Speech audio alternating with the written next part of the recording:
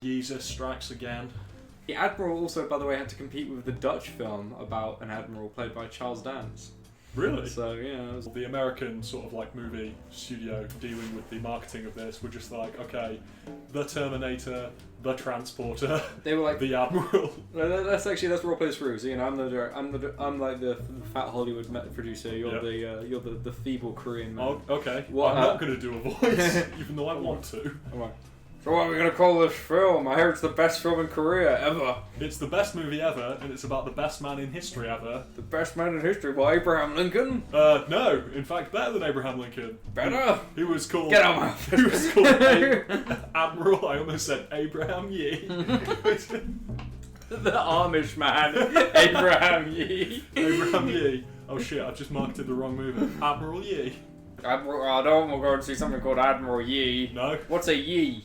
Yi was his name. Tell you what, Admiral. People know what an admiral. People respect admirals. Call it the Admiral. Admiral the. Admiral. That's how it went.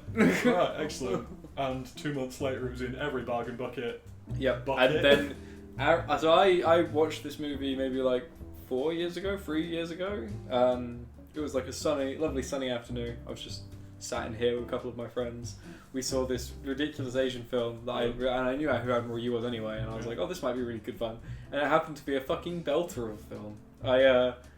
When I think about this film, Josh, obviously it's been like a week or so since you've seen it, but having watched this film, whenever I think about it, I just like quite broadly smile, which very few films do for me. I feel Nice. like most of them, you've always got like something that tinges it, and I feel like this is just like so unashamed that I unashamedly just love it. Much like Dodgeball, it was a true underdog story, and it was tense as well, man. It was like, because considering the last hour, I checked, it was like 61 minutes, is fucking naval battles. Like one against a bajillion.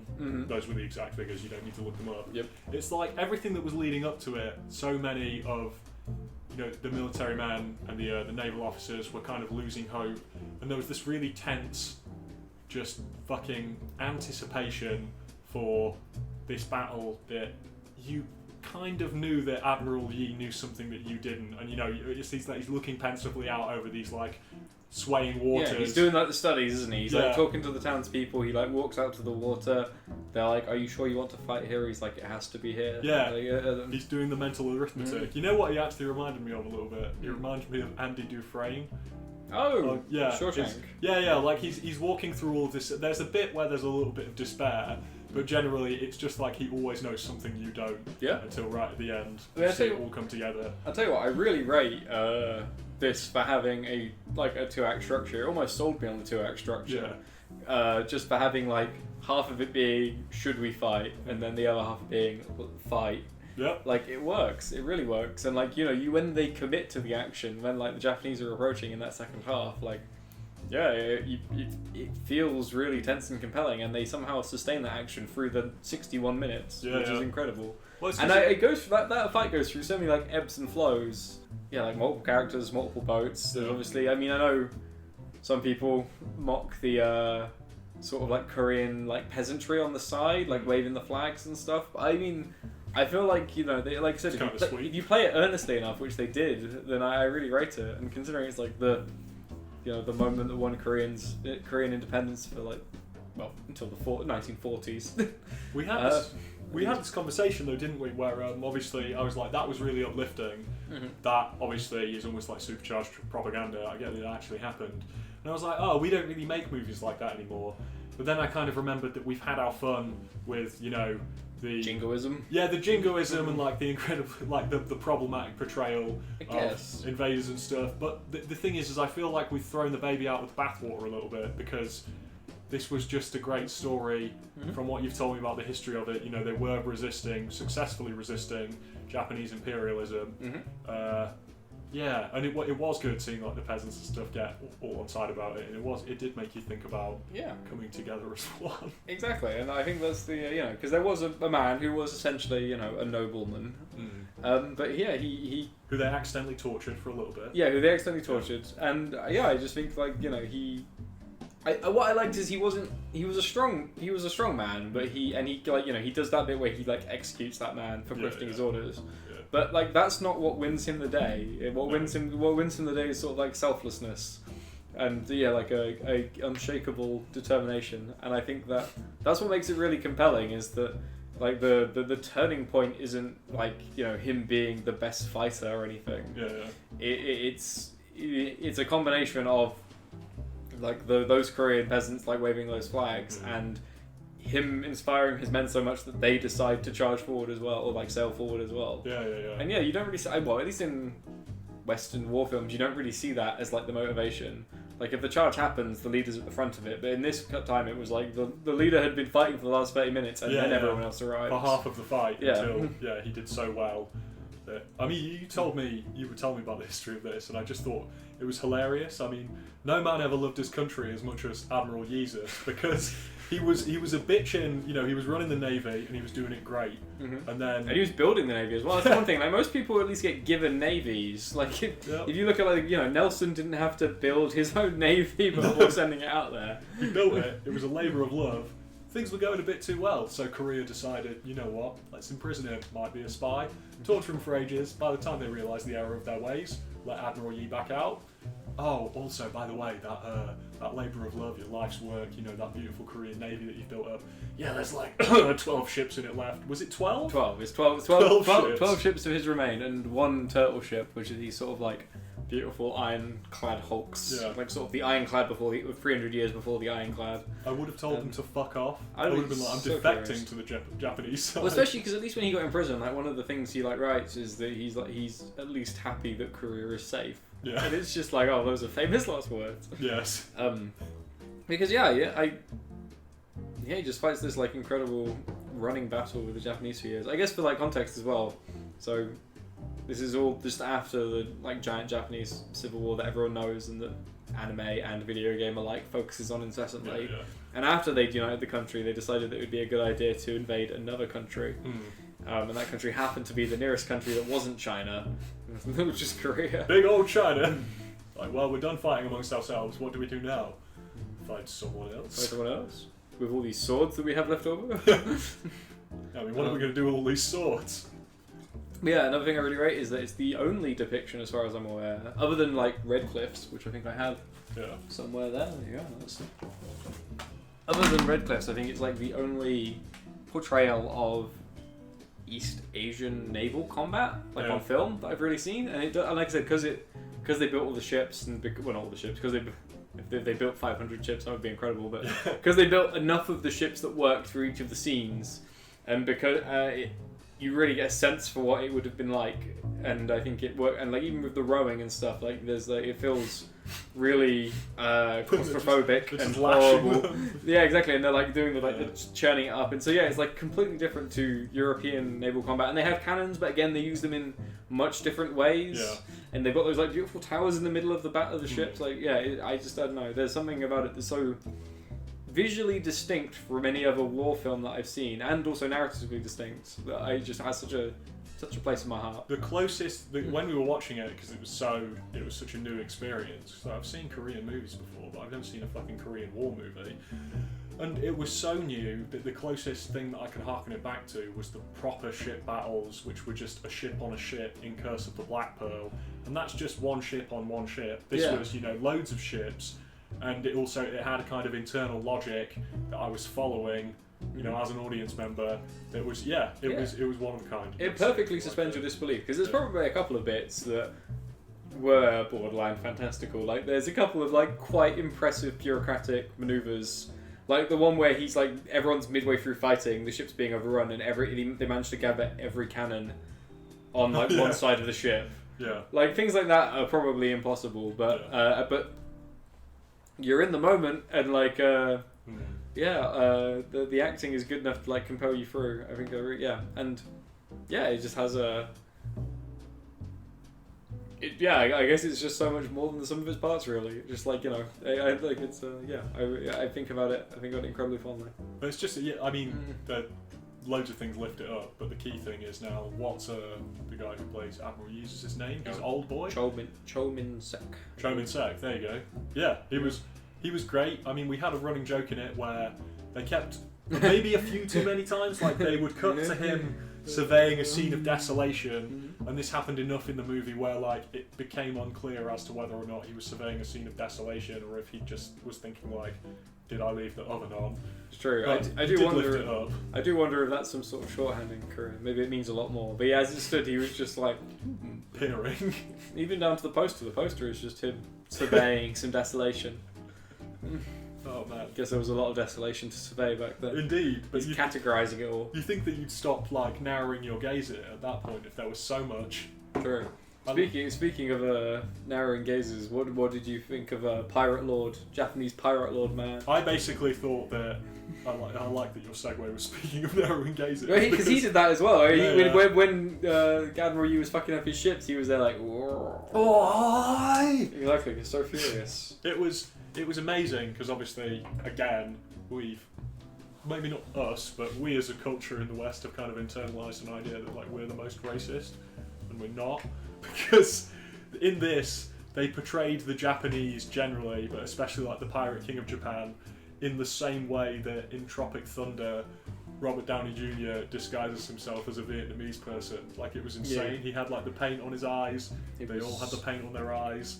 They were so lavish, yeah, cruel. Yeah, yeah. They're like universally cruel. Even the ones who didn't approve of the Pirate King, they were dickheads. Yeah, exactly. They're cruel. It was justified as they were being like classist assholes towards him. Yeah. And yeah, no, I agree. There's one redeemable Japanese person who's given so little screen time, at least in the readily available Western edit, yeah, that you don't really know anything about him. The only bits that remain is that he saves one guy and then he duels the pirate lord at the end and he asks, "Are you a traitor?" or "What the hell are you?" Oh yeah, yeah. Yeah, but again, that's like a blink or you'd miss it sort of scene. Like, and he's just the only thing that distinguishes him. He's the only one who wears orange. That's his thing. I really picked up on that happening like partway into the movie, after they'd established his character. So yeah, maybe they could have done a little bit more on that. No, definitely. And I think like because between him and the spy who gets all the Korean people waving their flags. Yeah. Like, those two are pretty engaging characters for the minimal screen time they have. I don't know if there is a longer Eastern Cut version, because I know Red Cliff's is famously 4 hours long in the Eastern Cut version, but in the West they condensed it down to 2 hours 20 minutes for the cinematic release. And as such, large portions of it didn't really make much sense. Okay. But I think it's because they were like spectacle. Exactly, because they were like, what do we need to keep? And they were like, we need to keep all the battles. Yeah. So they're like, all right, that's an hour and 40 minutes. So they're like, well, you need to plot to the next 40 minutes. All right, we will do our best. Yeah. And so they kept the bit where he throws a baby on the floor though, which I really rated. This stays. Yeah, there's a stabs knife into the fucking film negative. This stays. There's a great scene in Red Cliffs where one of like the good warlord. You just called it Red Cliffs. It's called Red. It's Red Cliff. The Red Cliff is the name of a sandwich shop we get breakfast from on Thursdays. Yes! I'm putting that up there. Yeah, no, definitely. Please throw that in there. For all you Bristol Massive. Yes, the 4-hour Asian epic on Red Cliff sandwiches. Me. It's like that fight from that fight from Hero, but it's me trying to get a sausage bat. Put people fire arrows. But like one guy's there, like just playing the harpsichord. Like, ding, ding, ding, ding, ding. Please, my team have sent me. Red Cliff actually has the second recorded harpsichord battle in Asian cinema history. Right, excellent. Much like in Hero, where he's like, ding, ding, ding. Yeah. But this time it's two people doing it against each other. Oh, okay. And then are they both blind in that as well? I wish no. Oh. They're both, but lame. It culminates in one of their two harpsichord things breaking, and then that's when he knows he's conceded. Just like in Hero. Yeah, exactly. Yeah. So it's clearly a trope, at least of two, probably more. I haven't spoken to anyone about Hero as much with you since I was like 10 years old. Fucking love Hero. Yeah. But yeah, sorry. So there's it's actually a famous piece of history, and I say history loosely because it's from Romance of the Three Kingdoms and not records. So it's like quite heavily embellished and written like 800 years after the fact. Right. But supposedly based on actual records. So like, good warlord is there. His son is like, he's had to flee his camp and he's left his son behind. It's pretty reckless to begin with, in my opinion. His son's like a little baby. Yeah.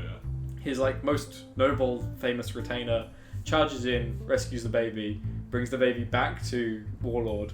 Right. Warlord throws baby on the floor and says, "How dare you risk your life? I can have another child. I can't have another you." Jesus Christ. Yeah, and Okay. but that kid like eventually grows up to inherit his kingdom, right? That kid was fucking simple. They reckon it's probably because he was thrown. Oh yeah, because he was cast at the ground. Yeah, exactly. By an uncaring father. So whereas it is a powerful moment, it was also probably a dumbass decision for the longevity of that man's kingdom. That's a butterfly effect. They should rename the butterfly effect the throwing the baby on the floor effect. The Liu Bei baby throw effect. Shake the baby effect. Yeah. Alright, would you be interested in doing more Asian cinema with me? Definitely, and I'll tell you for why. Because like this was a massive blockbuster in Korea. This was my bit of research. Yeah, this movie grossed more money and more views in Korea than Avatar did. Fucking Avatar, Christ. like the biggest movie ever. Like this was their Avatar, and you know what? It kind of pulled at your heartstrings in the same way, but this was actually good. Yeah, yeah, like we've had our fun with the blockbusters in the West, and we're well running out of ideas. So I'm happy to look elsewhere. Like when we were younger, blockbusters from across the globe were always kind of like funny and quaint in that you knew they'd be really high budget for where they came from. I actually don't. Like, I know that we clash on this, but, you know, like District 13 and stuff like that is a bit daft. No, I can agree. I mean, I love District 13, but it is partially because it's daft. You love the Euro techno. Yeah, exactly. The shirtless men, diving and, through windows. I was going to say, it's when they dive through tiny windows that I really like. It's windows you don't think they'd be able to fit through. Oh, that's je ne sais pas! That's the money shot. Yeah, exactly. Then I'm there, I'm like, I've obviously got Infernal in one ear and a headphone, because I can't be not listening to Eurotrash. I'm in a vest that's neon. I'm just like, yeah! Exactly. Yeah, you've got your glow sticks going in the cinema. Vicky's like, it's Thursday. I'm like, from Paris to Berlin, if you'd ever disco must have been. So yeah, no, this was like, it had a passion that is entirely absent from even good Western blockbusters. Yeah, I was thinking about this. I was thinking like every fucking Robin Hood, every King Arthur remake should have as much fucking like zest as this did, and it won't. Because we're tired. We've completely lost touch with our own history as well. So like, even though we know that like Robin Hood or something is like a part of our folklore, we're like, oh, we're going to do that. How are we going to do it? I don't know. We're going to make money is what we're going to do. Because they always say this, it's like, oh, it's got to be gritty. It's like, no, make it fucking unapologetically fucking, yeah. Yeah. Make it like, Also, it's a tale that fucking perfectly resonates with the modern age. It's like, oh, there's a wealthy, like fucking overclass taking everything. Exactly. While we're fought in many pointless wars in the Middle East. Yeah. Yes. Yeah, exactly. Give me that script. I'll fucking. Right, hang on. All right, let's do one now. We're doing jingoistic, but not even problematic, but also like as camp as we want it to be. Yeah, so it's British blockbuster. Go. So I think you have like a series of like disenfranchised peasants who have been fighting the Crusades. They come back. They have nothing. Yep. That's where they meet Robin of Locksley. Yep. And you can even have the same beats with just like, I mean, make it about like a village or a series of villages. You don't need to make it anything more than that. Yeah. And like these villages decide to not pay King John or whoever. Not King John. The sheriff comes a marching. Yeah. And it just becomes Robin Hood. Robin Hood's already like a pre-established guy. It's the fucking Seven Samurai. Yeah, exactly. Of Nottingham. Exactly. You just do bang. Yeah. The band of robbers is the government, just like Murray Rothbard said. Boom. There you go. Exactly. And then from there, exactly. They seek out this mythical Robin Hood. Mythical Robin Hood perhaps is a little jaded from his fucking 20-year guerrilla war. That's right. But he soon musters round when he sees that just these fucking peasants need him, and they're like, oh, I've never fought a pitched battle. This will be challenging. Yeah. And then they work out the dynamics of that. I don't know how you fit Maid Marian in there. I'm sure there's a good way to do that, but maybe you drop Maid Marian and you just have some actual peasant female characters. Yeah, exactly. And rather than just having the one princess. Yeah. Yeah, and I think it would work so well. Like that formula is a classic. And then they root Sheriff of Nottingham. There's sort of like there are peasants on the side who aren't maybe in favour of it. They rise around in the end. Maybe there's even some Nottingham foot soldiers who rise around in the end. I think you get a good thing. And also, King Richard doesn't appear at the end. Locksley! Locksley, you've done it again. I've shown up for my paycheck, Locksley. I'm King Richard. Yeah, King Richard is considered a bit sort of an idiot in historical circles, as far as I can tell. I would imagine, I'm going to take a stab at this as someone who's historically ignorant. Is it because he just fucked off and left his country in the purview of a moron? So that fought the Crusades. That's one of three. So it's that. He also fought with a hand axe on horseback, which is something that people just didn't do.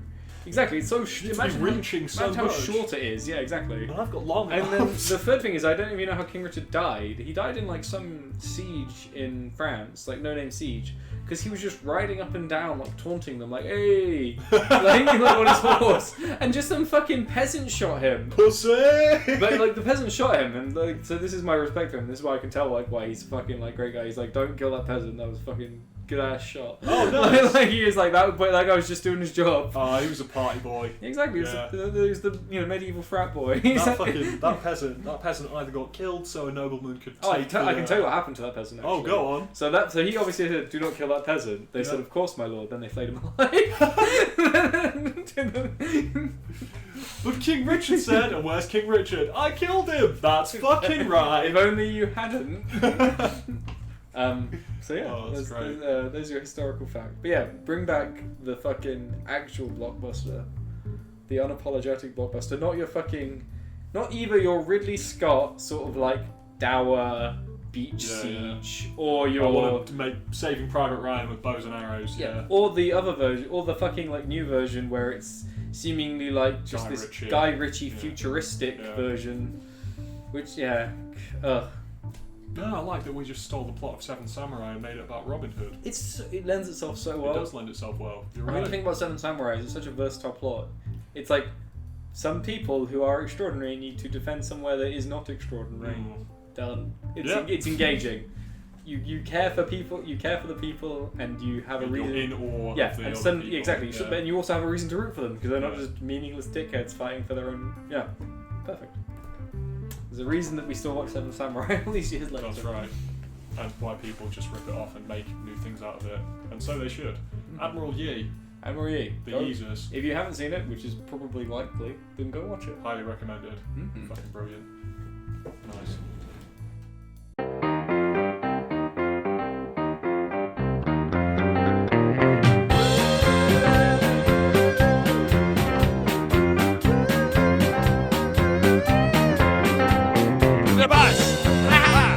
Ho ho!